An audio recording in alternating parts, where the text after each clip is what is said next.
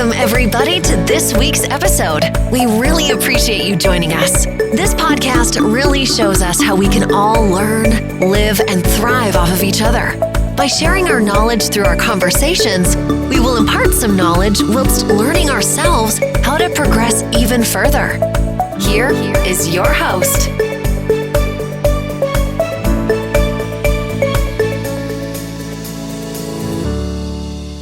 Scott, we are in the Personal Development Hub, and would you believe it's Tuesday already in this part of the world? We've got our Power Up Talks, and we have a very special guest today. Now, if you're watching, please make it known. Just got to shut that other screen off. Please make it known in the comments. Say hello, say who you are, where you're from. Let's get a little bit of interaction happening. Now, my guest today is all the way from Oregon in the US, which is very exciting. It is evening time for her. Her name is Martina Sierra, and she is a coach who works with families recovering from and impacted by trauma. Welcome, Martina. Thank you. It's good to be here. It's good to have you. Now, it is nighttime there. It's Monday evening here. Yeah, that's awesome. Thank you. Now, where will we start? When did you first become aware that personal development was important for you? Well, I really started probably close to 40 years ago. Wow. When I went through some personal garbage, and I was working my way through it and worked my way through some of the stuff that was impacted. And I realized, there's this whole world out there that I can be part of, that I can learn to grow and be more who I am. And it started a journey that has kept on my lifelong journey. It sounds like that was kind of an amazing thing that you just realized that, like a door opened. Is that what you mean? It was like, wow, wait a minute. Hey, I don't have to live like this anymore. I can do something different. Wow, how lovely. Yeah. And 40 years ago. And so then what did you do? Tell me the next bit. Well, it all really happened on one day when I was walking down the street in Houston, Texas. And it was a hot, miserable, yucky day, and I was in a really bad place. And I saw a butterfly that didn't belong in Houston, Texas. It was this really beautiful, iridescent, blue-green, shimmery thing, not native to that part of the world. Where it came from, I don't know. But there it was, and I watched that thing flit around, and it came up, and it went right in front of my face, and it flit around. I held my hand out. Didn't quite land on my hand, but it tried. It looked like it wanted to. And in that moment, I thought, there is more to this world than what I've been seeing lately. This world is beautiful, and I need to look at that and say, wow, thank you. Thank you, thank you, thank you. And that started a journey of gratitude journaling, which literally turned my life upside down and on its head, and has been a practice I've kept. I can't tell you how many journals I have floating around the house. It's a large number, believe me. 40 years of journals is a lot of journals. Wow. But I realized that when I can look at whatever's going on, no matter how bad and how awful it feels, if I can find some nugget of wonderfulness in that I can take it and put it in perspective and not let it ruin my whole day, week, month, year, that I can do something with it to grow from it and to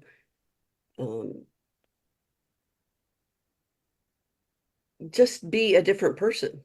I became optimistic instead of pessimistic.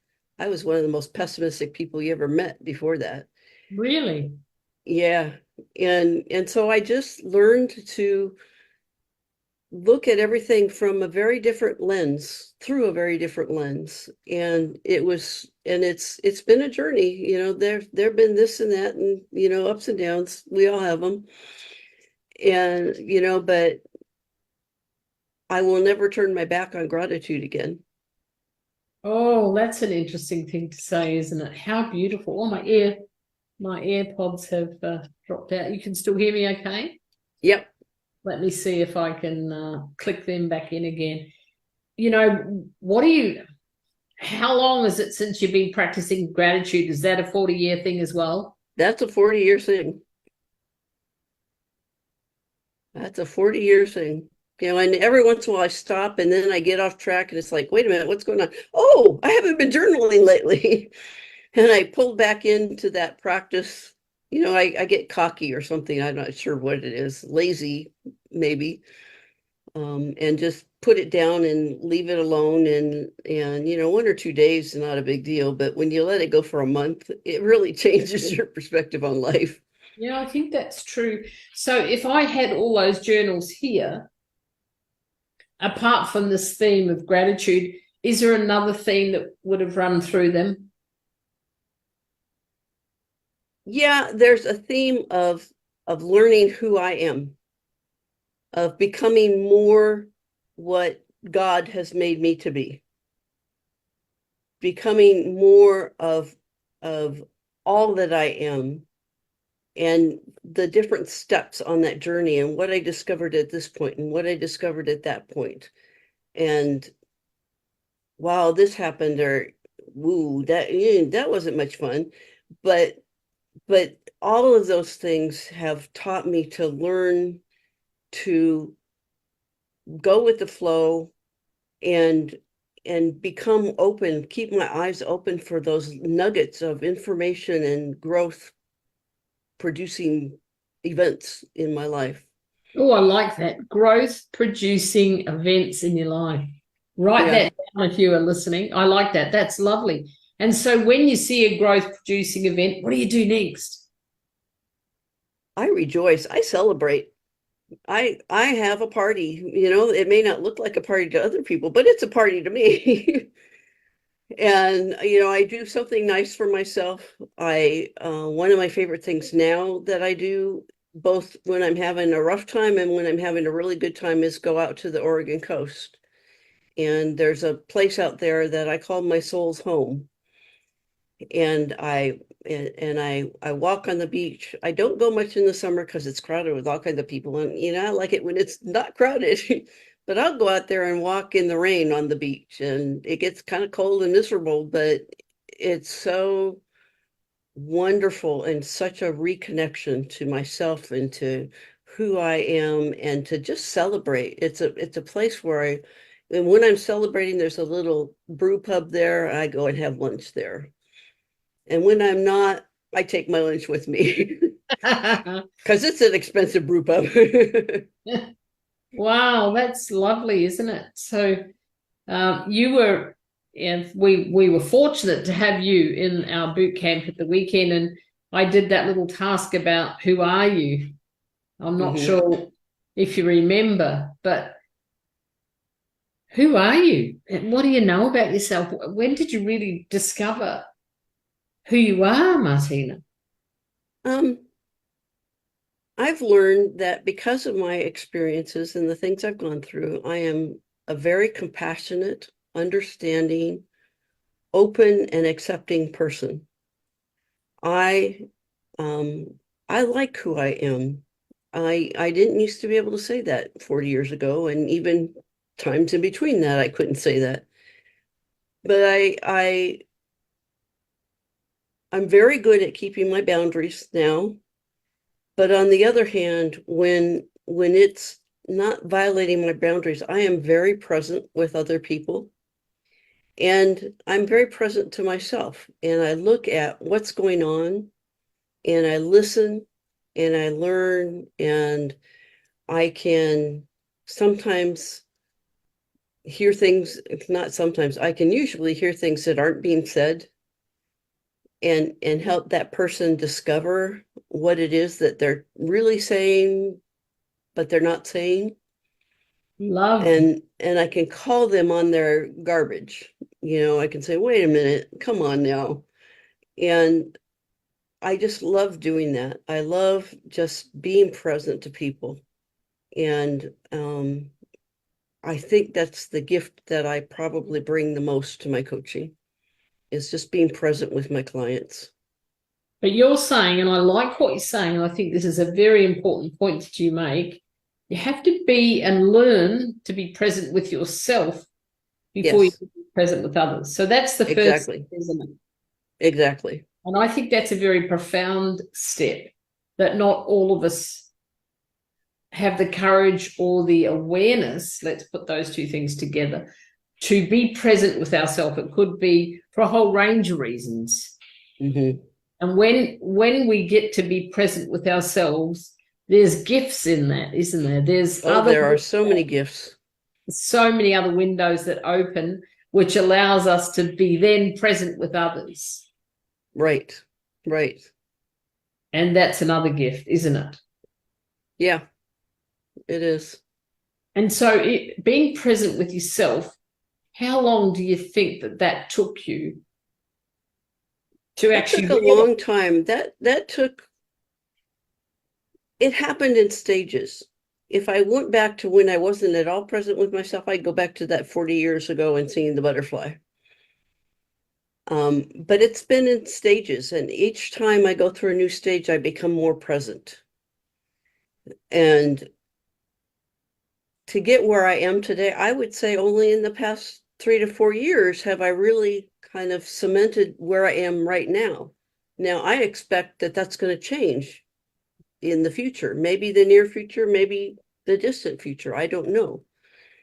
But I do know that each step we take forward to learn more about ourselves and to understand ourselves and what makes us tick and what has happened and how that affected us and where do we go from there, that we take another step up that rung of the ladder.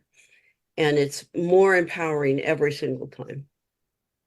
Agreed. It absolutely is. And I like the idea, what you're saying, it's incremental. What you learned last time, you build on that the next time. Exactly. Yeah.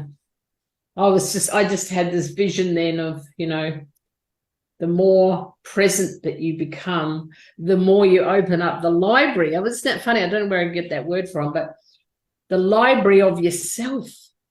Yeah. Imagine have you ever thought of writing a book? Imagine writing, the 4 decades of growth. I'm actually writing a memoir. I haven't worked on it for a while, but I am actually writing a memoir of my journey from a place that was really bad, and how I've healed and grown through the years, and that healing and growing is possible. I wouldn't have believed that 40 years ago. I don't ever want to go back where I was. I don't want anybody else to go back where I was. It's a dark place. Yes, it's a very different perspective 40 years on. And if you've been in that dark place, this seems pretty much in the light. Is that a fair thing? Oh, definitely. Definitely. I feel like I'm under the noonday sun with it shining down and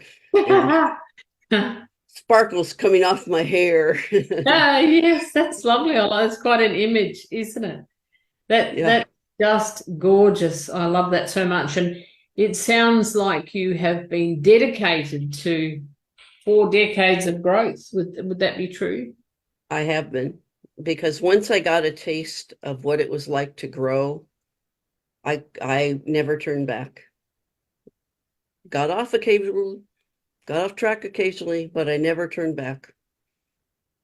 And even those times when I got off track were times of growth when I look back at them.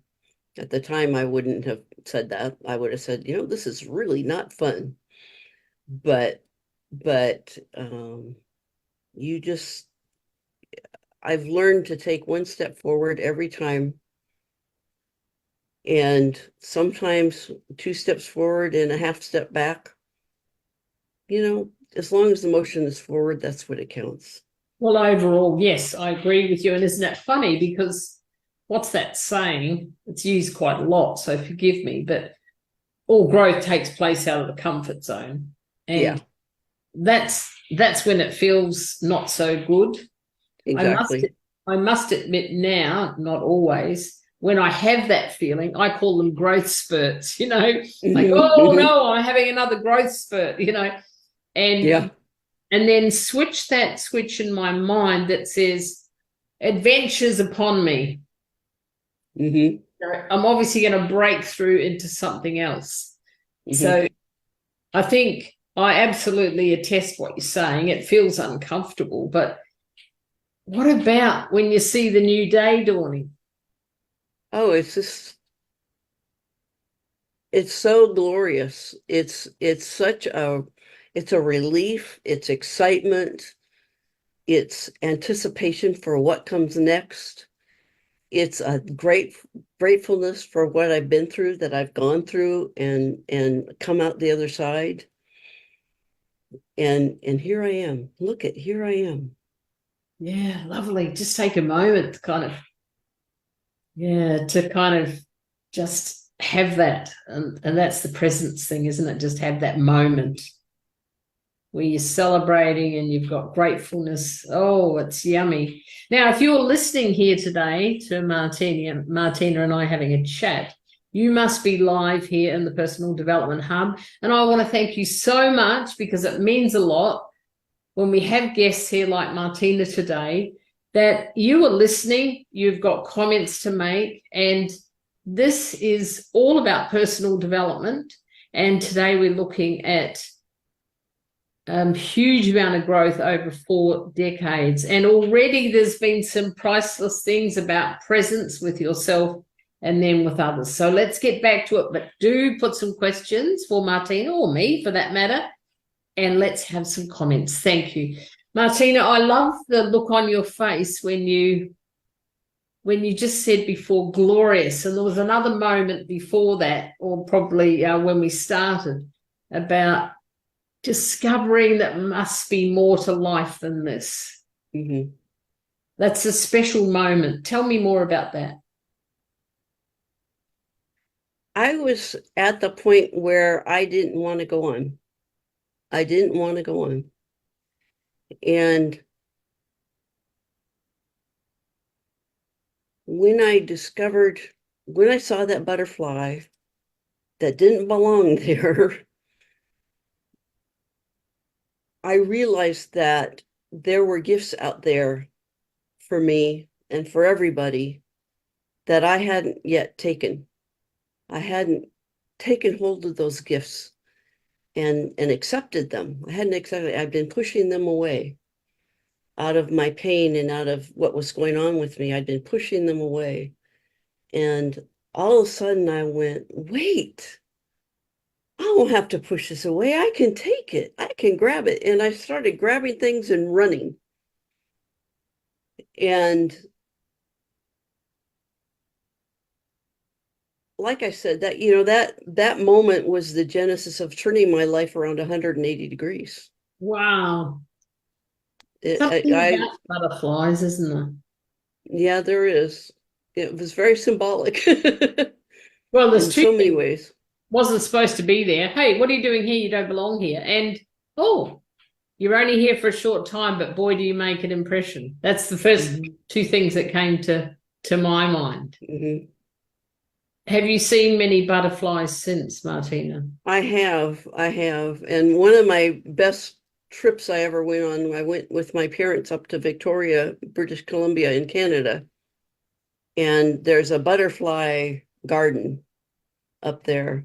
And we went in amongst the butterflies, and they've got butterflies from all over the world. I looked for that butterfly, but I didn't see it.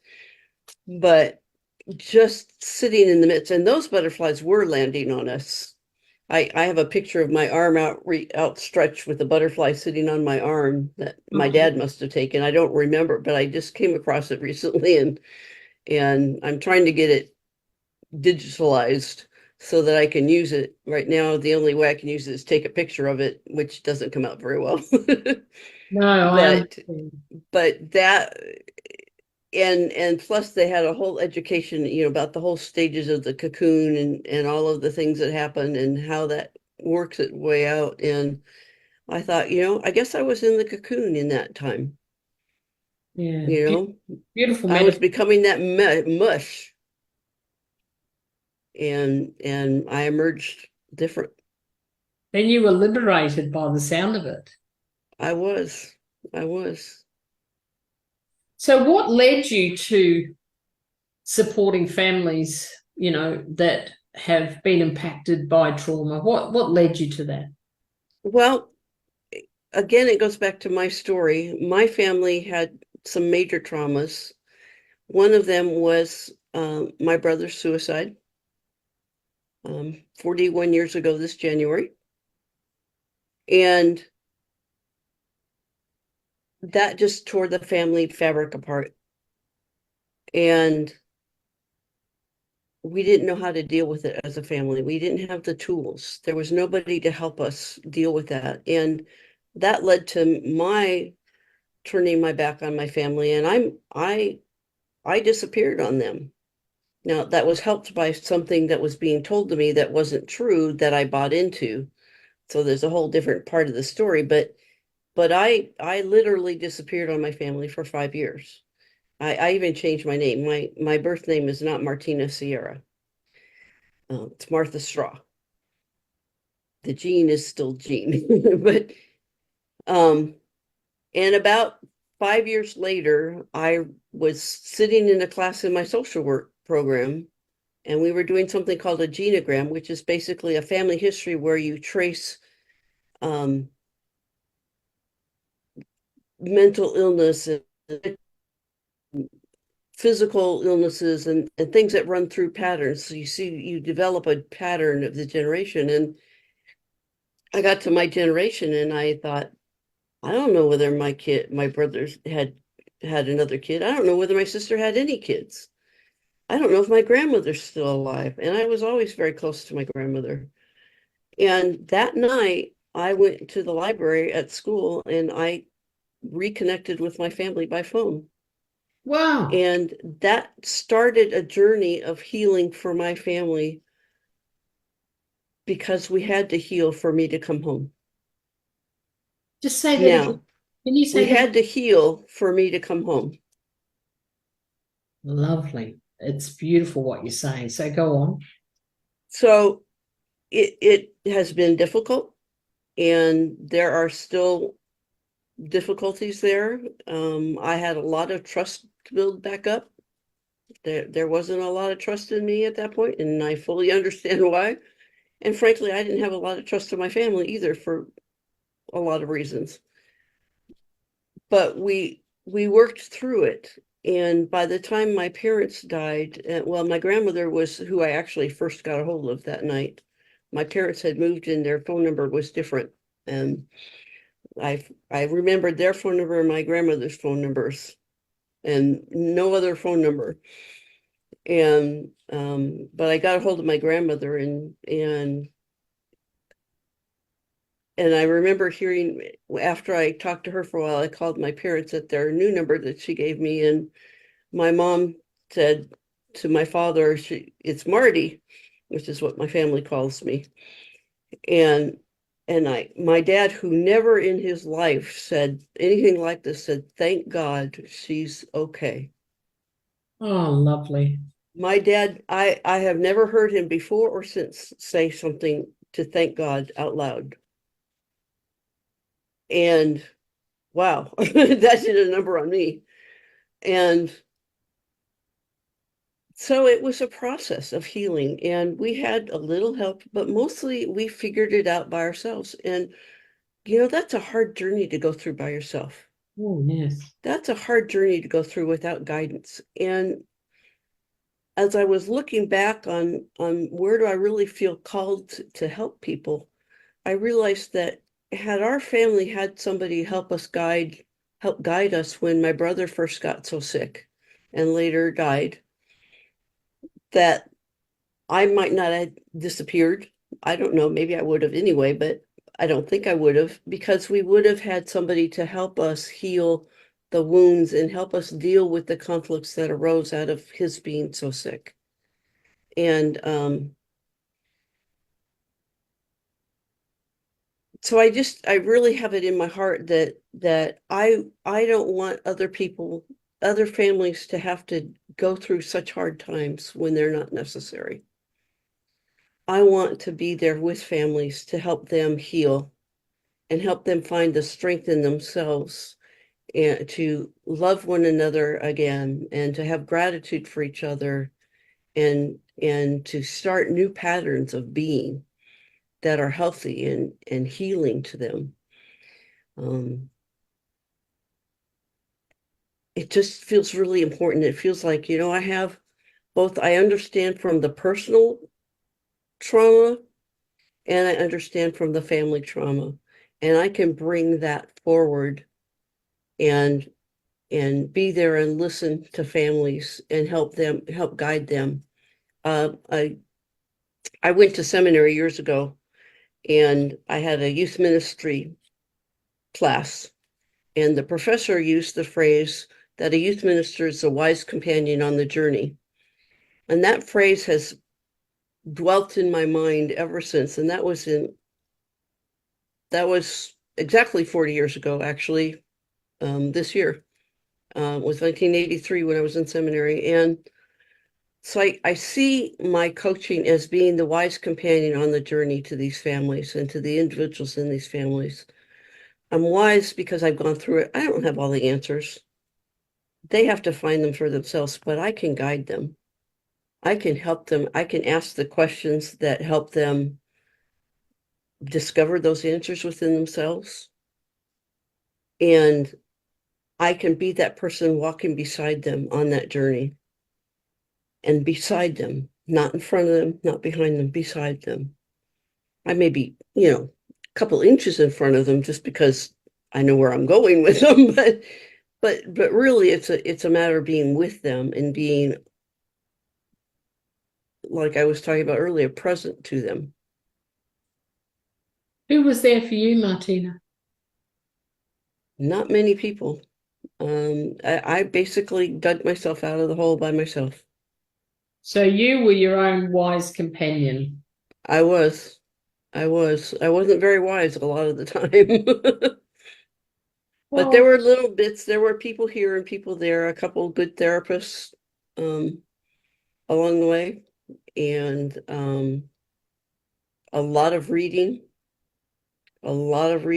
about families. And I was a psychotherapist on the children's unit of a psychiatric hospital for a while, and I did a lot of family work there and learned more about how to be present with families that are in a crisis.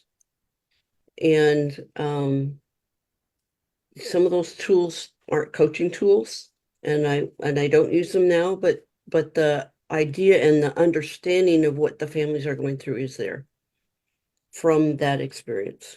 Oh, absolutely. And I would think that's potent in the relationship, and that it would be present. They would know. Yeah. They would absolutely know that you know about that place, even though it might not be exactly the same, because it never is. It never is, and I never talked about it, but I was able to to let them know that I really did understand in a way that other people might not. And that's lovely. I mean, and whoa, sorry.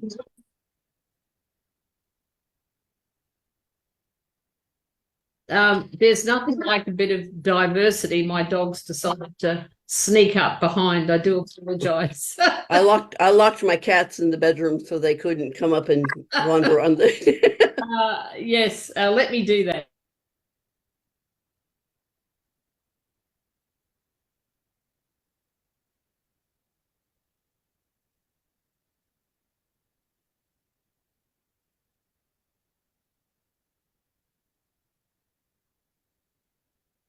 Oh my goodness. Well, there you go. It's all about being human, and yeah. There you have it. Animals, it's quite interesting when I'm working in my group. Sometimes they just come in I think they liked the energy, and I suspect that's what drew them in today. So I do apologize for that interruption. I fully understand.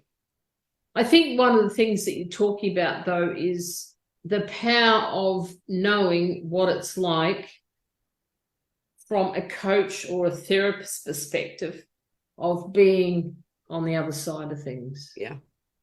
That's not anything you can teach in any school of therapy or coaching. It's not, some of it could be innate, but I don't believe it is. When you have something that really impacts on your life, like what you're describing, it's there forever. But the thing that I'm hearing about you, you have then been able to change it, or good, if you like, to then help others. Have I understood you correctly? I like to think that that's accurate. Yes. I believe that's fairly accurate. I have been able to turn it around for myself, and now it's time to share that with others. What do you think, Martina, is the biggest thing? Because what you're talking about is suicide in a family. It's very traumatic, and there's no support, and humanity, if you like, says, well, you might have, I'm sure they don't say this in fact, but you have to go through this, you have to find your way yourself. And then you have the other part of humanity that wants to help but doesn't know how to. I can't tell you how many things people said to me that just made it worse. And they were all well-meaning. They all wanted to help, but they just made it worse. And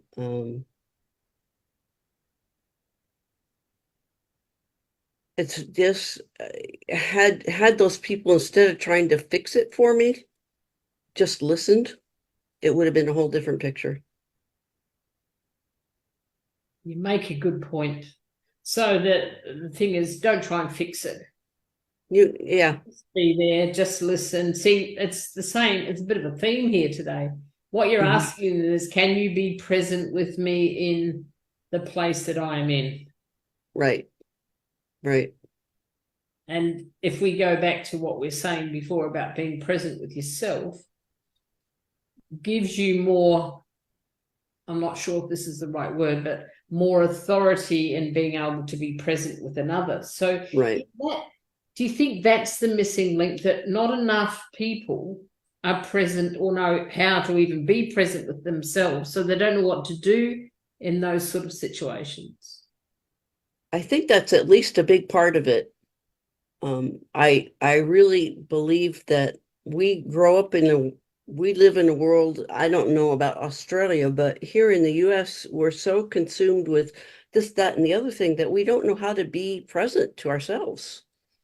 We don't know how to be silent with ourselves. We always got to be doing something, but just to sit and be, we don't know how to do that. And then when we care about somebody who's been through some pain, we try to fix it, because that's what we want to fix ourselves. So we try to fix them. Yeah, it's like a mirror image.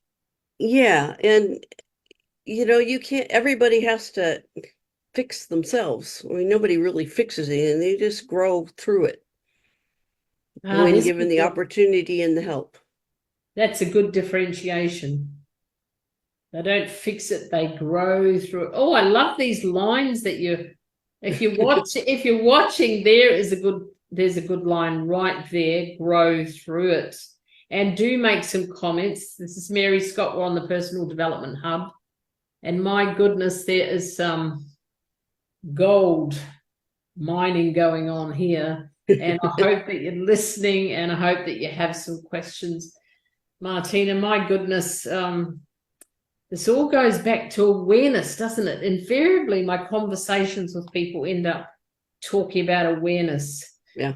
So before 40 years ago, it sounds weird, doesn't it? But how would you rate your awareness level to now? I had a certain level. I was maybe more aware than some people, a lot of people, but I didn't know what to do with it. And so I kept damping it down because it made me uncomfortable.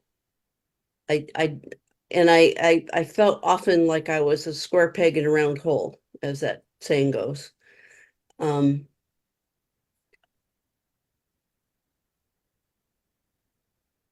I tried to live out of that. When I was in seminary, I got glimpses of that I built on later. Just because of the setting was the setting. We did a lot of reflection along with our learning the Bible and learning about theology and learning about this, that, and the other thing. We did a lot of reflection about what we were learning and about ourselves. And so I had a better awareness at that point. I think than a lot of people, certainly. And I won't venture to put myself out there saying I'm most people, but certainly a lot of people. But I didn't know what to do with it. I didn't have an outlet for that outside of the safe boundaries of the seminary and outside of the safe boundaries of friends that I met there that were going through similar experiences. And part of my family just didn't have a clue what to do with me. They never did. They, I love them dearly, but I have always been out of step with my family members. And that's okay. And I think what you're saying is so true because, gosh, there's a school of thought that says that families are in step with each other, that everything does work well. But I like that, being out of step. It means that they could be in front of you, they could be behind you, they could be beside you, but we're not in the same step. We're not in alignment.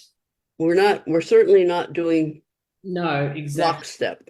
No, that's right. And I think reflection, how beautiful to have had that, I'm going to say privilege, because I believe it is, unless you, like, I have to commit to time and silence myself. Excuse me. I have to be very deliberate and seek the silence. And I have to do that too. I have a routine where at least twice a day I make myself sit in silence. And some days that's really hard because my brain is just going this way and I'm thinking about that and I'm thinking about that. And it's an effort some days to really slow myself down and just be. And to be with myself. And there are things that I use to become more mindful. But some days I have to use every trick in the book to get there.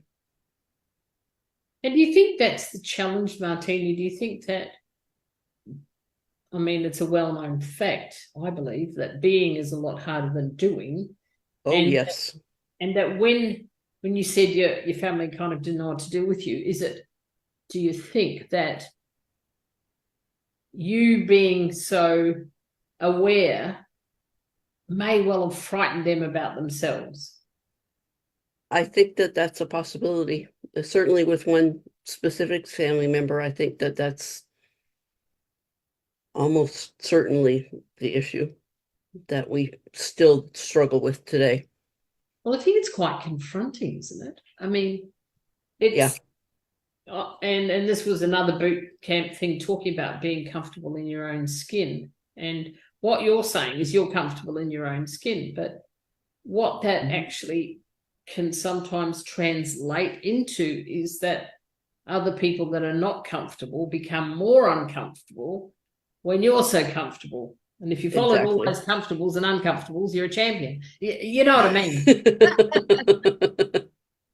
Yeah. Because I think it takes more of us to be still than it does to be busy. It does, and there's a lot of lip service, for lack of a better way of putting it, about being still, but it really takes practice to be still. And I have had people say, well, I sit quiet for 10 minutes. I don't look at my my phone, and it's like, what are you doing in that 10 minutes? Are you sitting there waiting for that 10 minutes to be over so you can look at your phone again? Yes. And I think a lot of people who haven't had the chance and the opportunity to experience what mindfulness can be have no clue what it is. And so it's a process of teaching and learning. And every day I learned a new way practically to become more mindful to myself and more mindful to the world around me. It's an ongoing growth industry within myself and within the people that I kind of tend to hang around with, because I hang around with a lot of coaches who are all pretty good at that. So your circle of influence is of like-minded people, is that what you're saying? Yes. Has that been important to you over the years? It has been. It has been. How do you think I'm sorry, what? How do you think it has helped you? I think it's allowed me to see the possibilities that exist. If that person can do it, then I can do it too. Yes. If that person, and when I see the growth happening in the people around me, I can celebrate with them and I can say, okay, how do I find that for myself? And instead of trying to hide who I am, I can be more who I am. And it's acceptable in that group. And the other place I find that is in my church.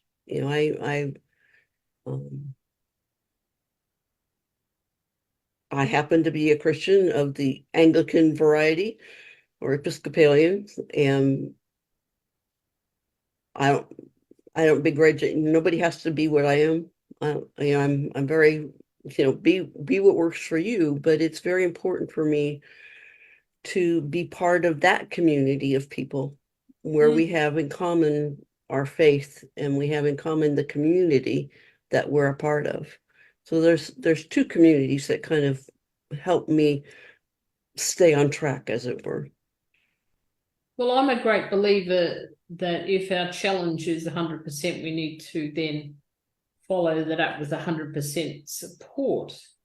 Mm-hmm. And that enables us to do way more things out of our comfort zone, take more risks. And my whole notion of Cheer Squad is about that. Right. But what you're saying is that that's been integral to your growth and your development. Is that right? It has been. It has been. When I'm not in community with somebody are the times when it's dark. When for whatever reason, and that time, all of those years ago, I had people around me, but they were just as much pain as I was. There was nobody showing us the light. We were all just dwelling in our pain. And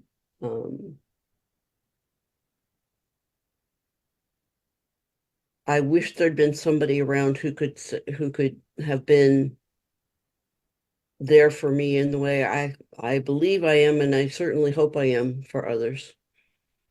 I guess there wasn't. The pain was the common denominator, wasn't it? And, yes, it was. And that was the attraction, mm-hmm. as well as the, whoa, enough. Right. Like the magnet that, and it makes sense that sometimes happens, but when that does happen, it's very hard to see the light in the dark, isn't it? Yes, it is. And it's very hard. And I left a lot of those people behind when I came home. I don't have contact with any of them, and that hurts sometimes because I had, I cared about them. I still care about them. I hope that they found their way to heal. I don't know. I don't know if they did or not.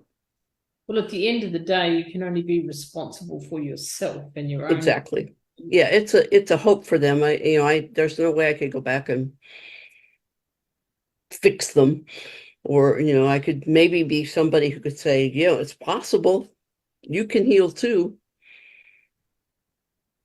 But I can't go back and make them better. They have to choose that for themselves. No, that's such a good point, isn't it? That you don't help someone by becoming that someone. Right. You know, it's a bit like the empathy and sympathy thing. Sympathy is lie in the gutter and cry with them. Empathy is empathizing with them so they can get up again. Exactly. And live a vital life. That's a very pricey version, incidentally. But I think you make a good point. And I absolutely have the same philosophy. I think sometimes you just have to leave some of those people behind, not so much because of how things are, but you need to for yourself. Yeah, I don't regret leaving those people behind, but it was very hard to do. I had a lot invested in those relationships, and to walk away from them was difficult, but I had to do it to get healthy. Yep. I had to do it to heal, and I don't regret taking that step. What gave you the courage, Martina, to take the step? Do you remember? I think I was just so tired of hurting that I was willing to take the step. There had to be something different that was better. And it was scary. That making that phone call to my family was one of the scariest moments of my life, because I had no idea what their reception would be. I didn't know if they'd say, go to take a flying leap and never call us again, or whether they'd, well, yeah, I guess it's nice to know you're okay. Or whether what they did was, open their arms and invite me home. And to a home I'd never been to. They were in a totally different state than they had been in the last time. They'd been in California, and now they were in Oregon. And do you remember what your intention was back then? To tell them I was sorry, to apologize, to say, I'm sure that what I did hurt you, and I never meant to hurt you. I just had to do it for myself. It was not about hurting you. It was about doing something that would help me. It took me on a horrible path. Those 5 years were pretty miserable 5 years. But I really wanted to let them know that I was sorry that I had hurt them. It's a lovely differentiation that you're making there as well. My goodness. The fact that you wanted them to know that you may have hurt them and you were sorry, but you actually had to pay attention to what your needs were. And not only pay attention, but you needed to honor your path. Have I heard that right? Yes. And I think that's beautiful. That's a great learning. That's a good teaching point right there. If this is you right now and you're listening to this and you're live here with us, or you're watching the replay, do put #replay. But I think at the end of the bottom line isn't this true, Martina, that you absolutely have to honor yourself. And oh, definitely, it's going to work for people out there, is it? You can't fix something. You can't change something unless in a positive way, unless you're honoring your own needs. Agreed. It's so important to honor who you are and what you need. It's bottom line, you have to do it, or you won't heal, because you'll just get yourself entrenched with the mess again. What do you think gave you the courage to make that decision?